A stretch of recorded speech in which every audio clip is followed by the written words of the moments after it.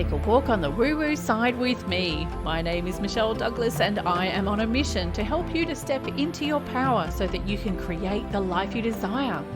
Visit me at empoweredlifeprograms.com to learn more.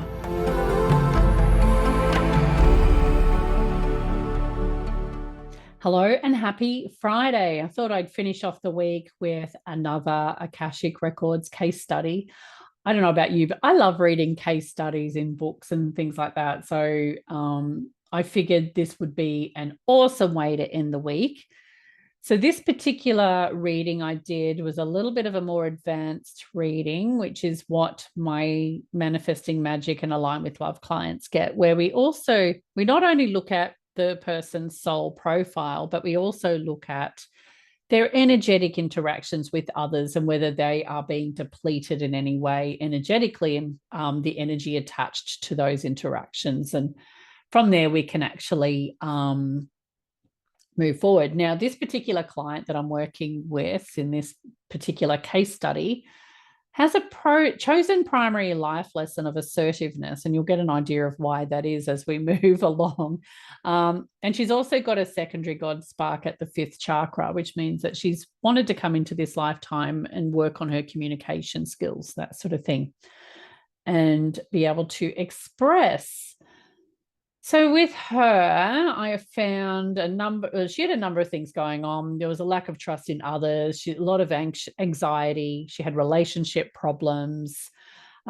She felt unloved. She had problems with her children and constantly fighting with her fiance and that sort of thing. So there was a lot of stuff going on for her in this particular situation. Now, this was broken up into 2 separate areas that I was directed to do within the record. So the first situation linked into her lack of trust or anxiety, relationship problems. And she had a belief, she had a negative spirit guide, and she was experiencing some negative astral travel as well. So with the belief, so 9 years ago, she was female. And when she was married, and another man tried and succeeded in convincing her to cheat on her husband in that lifetime. The man then blackmailed her into maintaining this affair, threatening to tell her husband if she didn't continue. And she basically went to her grave filled with guilt, as you would, right? Now, she had this belief from that's sort of like that all that glitters is not gold. So, well, it's too good to be true. It probably is, that sort of thing. And that's playing out now in a way that she's not able to appreciate and truly enjoy the good times happening in her life, because she has this underlying belief or fear that it's all going to backfire in some way. So this is also why, she doesn't trust others, and her earlier life told her that to trust others was not a good thing as well. So you can see how that's played out now, and that lack of trust. Okay. Now, another thing that we've got here is that this negative spirit guide came in at age 8 to 10 in this lifetime. Now, with that, she had been taken away from her parents at around that age, and that's at about the time that spirit guide had come in. Because when we encounter really negative situations in childhood, we need to figure out how to cope, and we subconsciously, or our higher self hires, I guess, a new spirit guide to come in and help you through that period of time. So that's exactly what happened to help her cope. But then, given it was such a traumatic thing that had happened, that the coping mechanism the guide brought in for her at the time, which helped her, is no longer serving her now. So now that she's an adult, she doesn't need that coping mechanism that the guide was helping her with, but it is still hanging around. So the guide is still doing what it was hired to do, even though she doesn't need that help anymore. So that was that one. And it's causing her to do certain actions around that whole, having that lack of trust and the anxiousness and everything else, the relationship side of things. So it's causing her to take actions and do things that aren't serving her in those areas. And the clearing work that I do in the records actually helps to clear that, or reassign that guide, I should say. Now, with the astral traveling stuff, so when we sleep, we naturally astral travel. So we head out of our body and we go off and do our little thing, and it's connected to our soul, and our body remains asleep while our soul goes out and has fun. But sometimes some people, actually, it's quite common. A lot of people will have trouble integrating back into the body after a night of travel. So with this person or this client, this is happening for her at the fourth to fifth dimensional intersection. So what can happen when you have this problem is that you'll wake up and for a few seconds you might not be able to move. So it's like people call it sleep paralysis, but sometimes it's just simply because the body hasn't yet, or the spirit or the soul hasn't integrated into the body properly as yet. So that is what that one is. And it's a temporary issue, but it can be scary for some. Second situation was around feeling unloved, having her children taken away, afraid of making her fiance mad, and all the issues with her fiance. So with this one, we have a contract, a vow, and an illusion. So 10 lives ago, she was female, and we've got a soulmate contract here. So see, relationships and soulmate contracts are a common thing. So when she was 18, she fell in love with a man who did not feel the same way about her. And since that life, she's been holding out for this other soul who's not even incarnated in any of her lives since. But she's got this soulmate contract that she created for herself. It wasn't even a mutual one. That's keeping her in it actually causes her to self-sabotage in her relationship. So she probably it's causing her to, or preventing her from having healthy relationships with anyone, because she's always constantly looking for the one, which is that dude who didn't even want her back in that life, right? So that could be driving her to pick the wrong men, because she's been in abusive relationships as well. Or she could be subconsciously sabotaging the relationships that she has with good men for the exact same reason. It's just like she's got to be able to let him go the second this other soul rocks up, right? And what can happen is that, we can end up feeling bitter and disillusioned about love in our life because of this contract being in place. So the next one is the vow. So 7 lives ago, she was female. She had a younger sister who was promised to a horrible man, and my client didn't want her sister to suffer. So she offered herself up as the replacement for her sister, so her sister wouldn't struggle anymore or wouldn't have to suffer in that lifetime. So in this life, she is suffering, and it's like there's this subconscious need to suffer in order to fulfill the promise she made to her sister in that particular lifetime. And I think, to be honest, well, what I worked out is that I believed, or what came to me was that one of her children has actually incarnated or was her sister in that lifetime. So her sister in that lifetime is one of her children in this lifetime, which is kind of cool.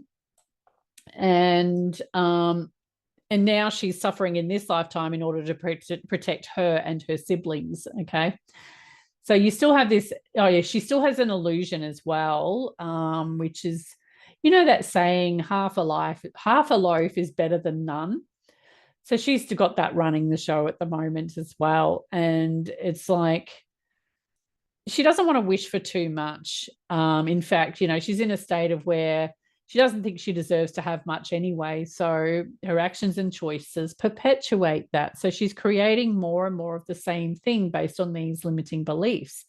And she struggles to communicate and express herself in a way that she's being heard as well, which links into this. So it's really just about, in this lifetime, because this was at the 5th chakra, it's about expressing her emotions and that sort of thing. And she's really, really struggling with that. So to move forward from this, that might have been one of the actions we took.